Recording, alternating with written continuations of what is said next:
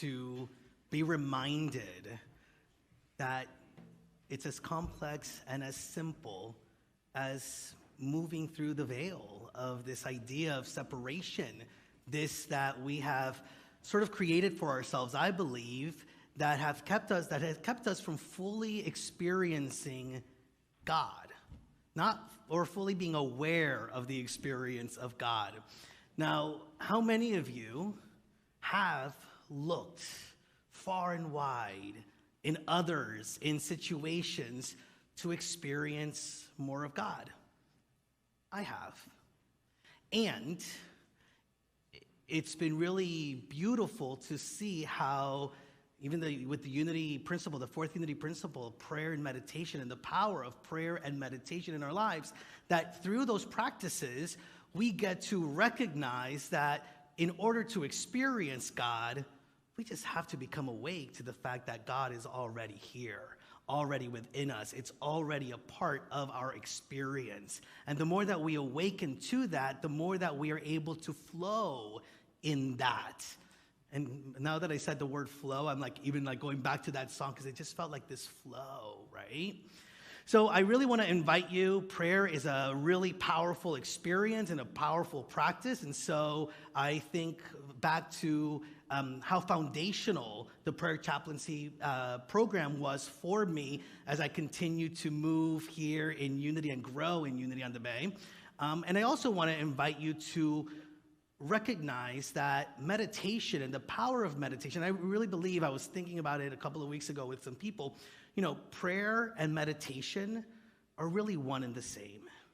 It's really about just being in communion and aware of our communion in oneness. And so if you are seeking to experience that communion at a greater level and a deeper level, I really invite you to check out the prayer program, and also, as we speak about today, make meditation and going into the silence a deeper practice. Because I do believe that it's a practice that for eons we have tried to employ to support us in just becoming more aware and having more peace of mind. And there was this one gentleman, see how I just sort of started that and got to that? There's this one gentleman who was really seeking to experience that communion and that oneness. And he thought, well, what better way than to go into a monastery and become a monk? And so he goes off and goes to the abbot, the head monk, and says, well, I want to join. And the head monk says to him, okay, but you have to take a vow of silence, and you can only say 2 words every 3 years. I know. I said the same thing, Dennis. But this guy thought he could do it. So he said, okay, sign me up. And actually, he was silent for 3 years, and 3 years passed, and the other monk, the abbot, goes up to him and says, it's been 3 years. What are your 2 words? Food, cold. And so the head monk's like, all right, well, you know what? From now on, every time we feed him, let's make sure that the food is warm. 3 years go by, and he's in silence and beautiful. And then 3 years go by, the head monk comes up again and says, what are your 2 words this time? And he says, robe, dirty. So the head monk says, all right, let's wash all of his robes. Let's make sure that everything is clean. 3 years go by. Once again, what are your 2 words? Bed hard. So they restuff the bed. 3 years go by, and the monk says, now what are your 2 words? And the guy says, I quit. And the monk says, thank God, because all you've done is complain since you've got here.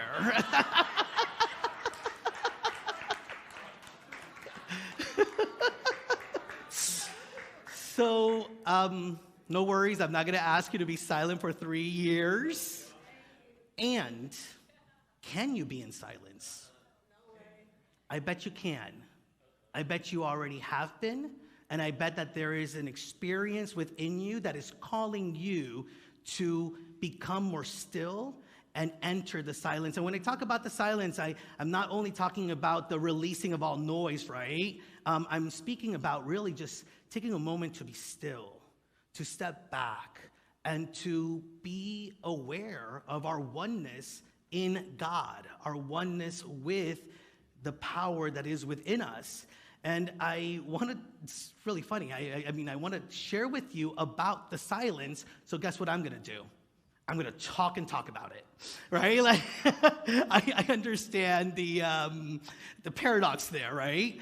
But it's so that I can share with you the power of moving into the silence, what it's done for me, and what I believe it can do for all of us. The Christian mystic Thomas Merton said, "In silence, God ceases to be an object and becomes an experience." How are we setting ourselves up to experience God? What is it that we're doing to support us in experiencing that which we know God to be? How are we creating the practices? And I believe that there are so many different practices that we can employ, and there's many different practices that we've shared with you from this platform. And I think that all the practices that we've shared with you, when we own the one of going into the silence and meditating, all the other ones become even more powerful.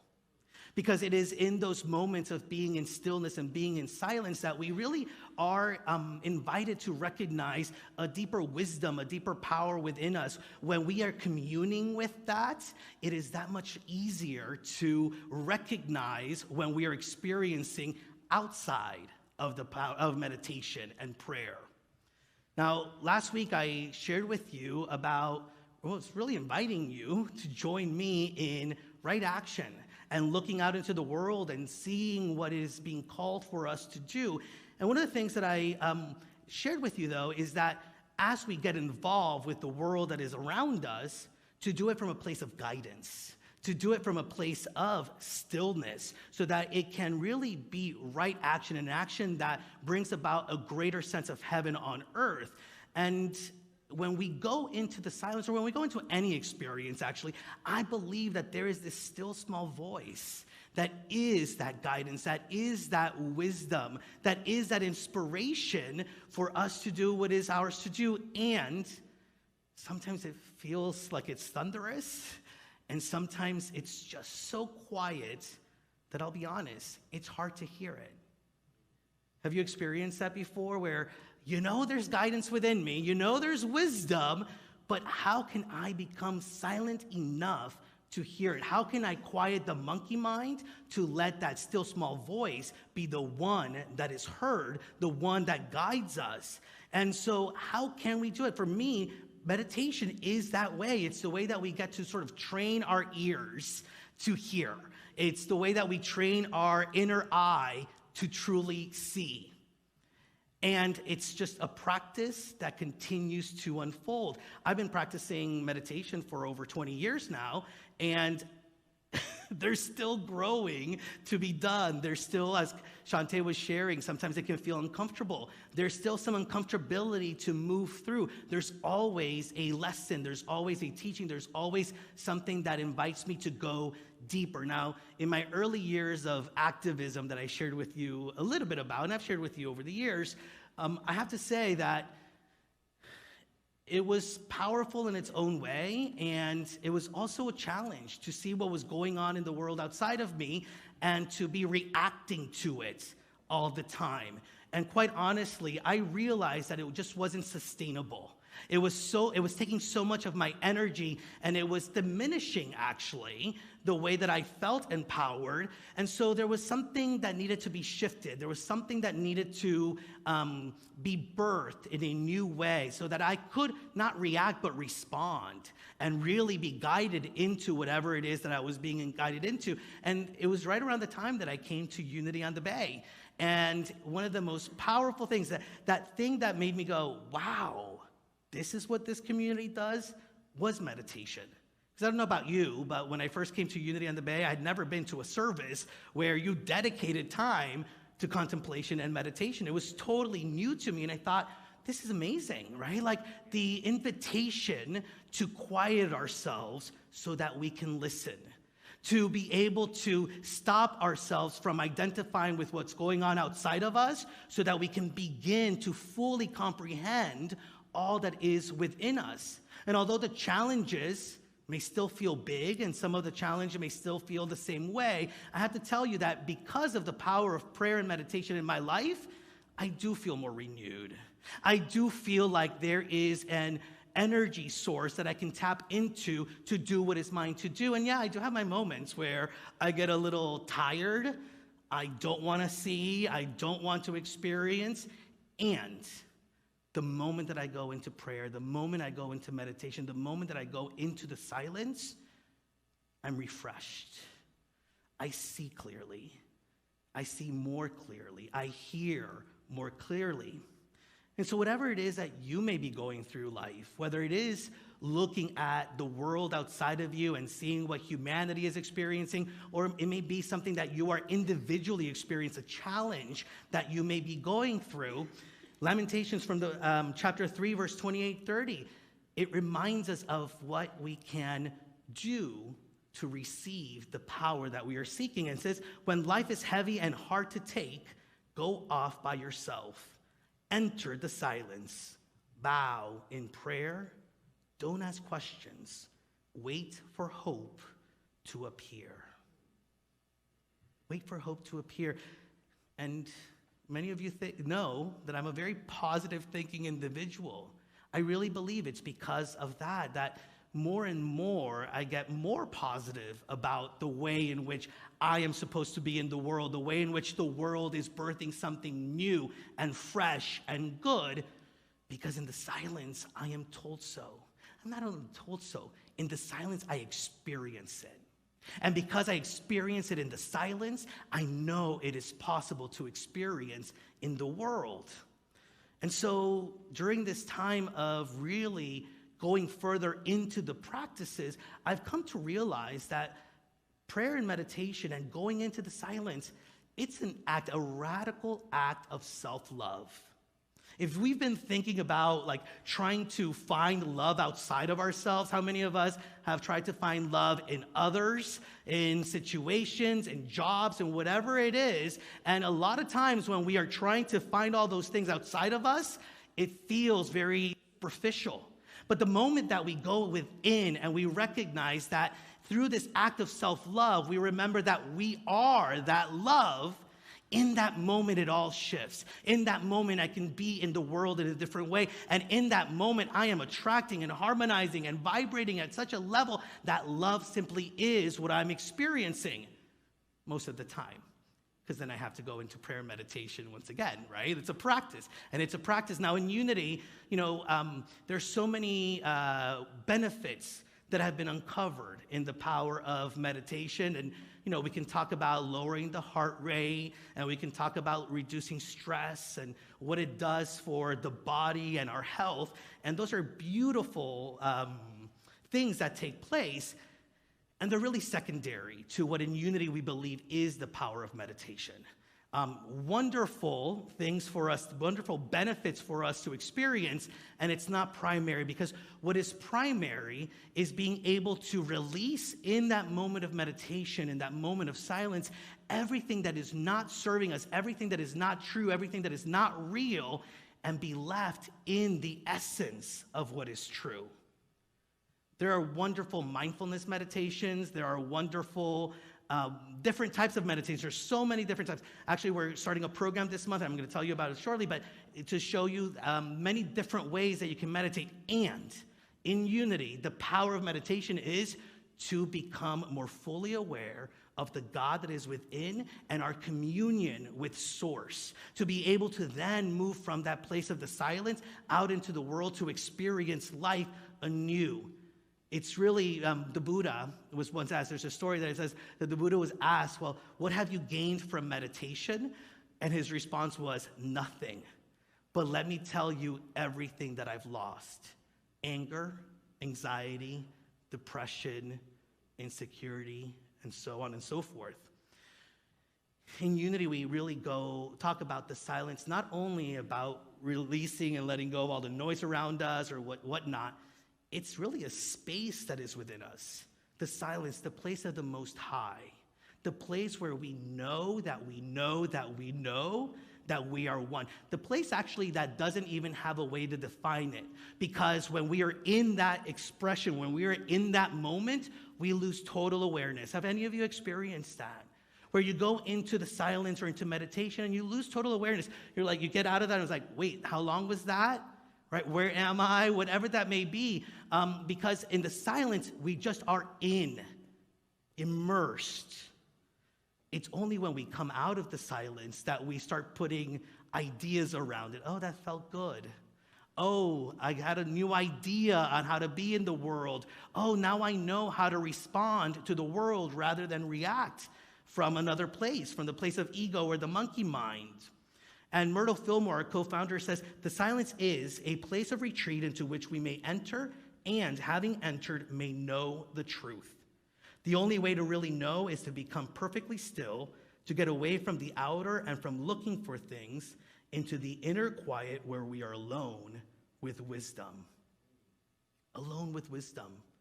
Made me think about how inundated I am, and I bet you feel sometimes inundated by so much information.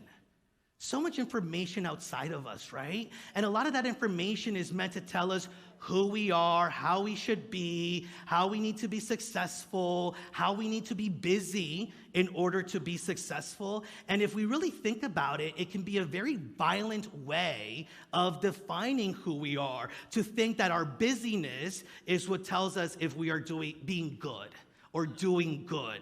Right? And so the silence is that opportunity to actually shut that off and be able to experience ourselves in a way that says, wait, this is who I am. This is what I'm about, and this is what I can carry with me wherever I go. And our master teacher, Jesus, shared about the power of retreat, right? Not only did he take retreat for himself, but in Mark chapter 6, verse 31, it says, he said to them, come away to a deserted place all by yourselves and rest a while. For many were coming and going, and they had no leisure even to eat. Come away to a deserted place all by yourselves and rest a while. Interestingly, he says to them this after they come back from work that he had sent them to do. So he had sent all his apostles to go out and spread the good news and heal the sick and bring people into the way. And they all came back and were sharing with him, basically giving him a report of what was going on. And in that moment, we're told he doesn't coach them or says, well, you could have done this differently or go out and do it again. All he says is, okay, now rest, retreat.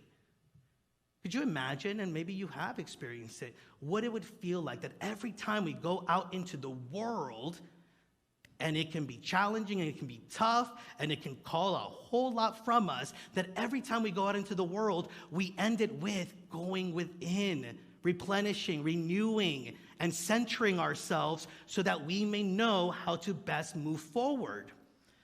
I just really love that Jesus is reminding us of the power of the silence, and the silence as that activity that invites us to let go of our individual thoughts and judgments and limitations and simply be. Simply be, because, I remember going to Unity my first couple of years. I was like, well, what am I supposed to experience in meditation? And somebody was saying, you're going to see colors. And you're going to see beautiful sounds. And I was like, well, I don't see colors and beautiful sounds. I must be doing it wrong. It's a personal experience. And the experience of being quiet and still, to me, there's nothing like it. Which is interesting that I just said that, because then I think, well, how come I'm not making it an even bigger practice, right? So if I am meditating every day, which I do, how can I make more of a practice by expending the time, by going deeper, whatever that may be? And that really is the invitation that we have for you all. The purpose of the silence is to really allow Spirit to talk, for us to listen, for our own divinity to show up and to be that guidance. Joel Goldsmith, he says this about going into silence and meditation.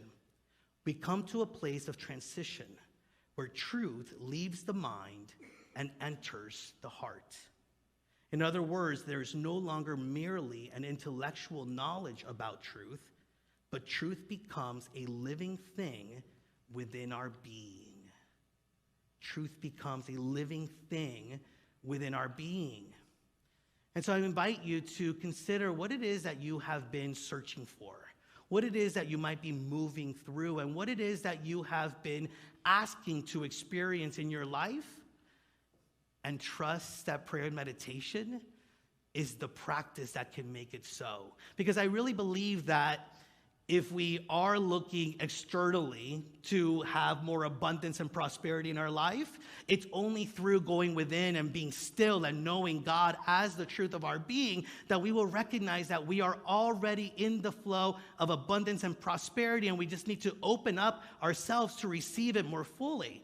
I believe that if you are looking for better relationships, a greater sense of love, a greater sense of harmony in the way that you show up in the world and people show up for you, I believe that it's going into the silence and going into meditation that reminds us that we are all the love that we will ever need, that we are everything that we have ever been looking for, and that today, right here and right now, we can claim it out for ourselves and we can express it into our lives. I believe that it is in the power of prayer and meditation that we come to recognize that there is nothing that is more powerful than what we already are, than what is already within us, what God has already lived into within.